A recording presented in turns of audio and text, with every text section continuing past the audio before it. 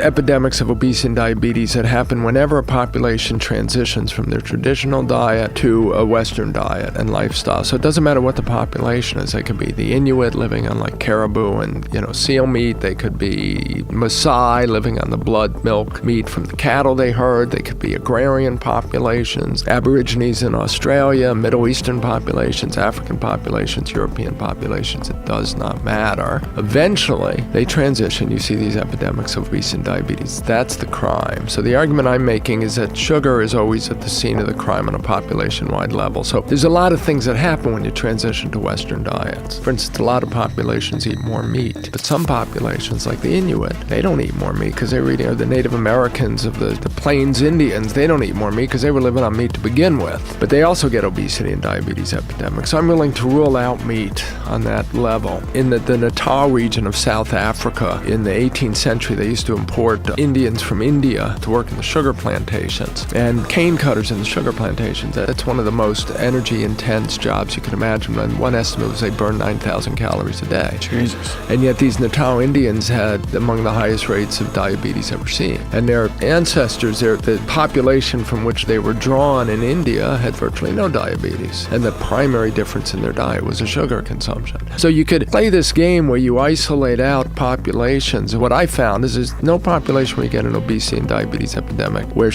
recent increases in sugar consumption haven't occurred. And by recent, it could be 20 years ago, it could be 50 years ago. So it's always at the scene of the crime.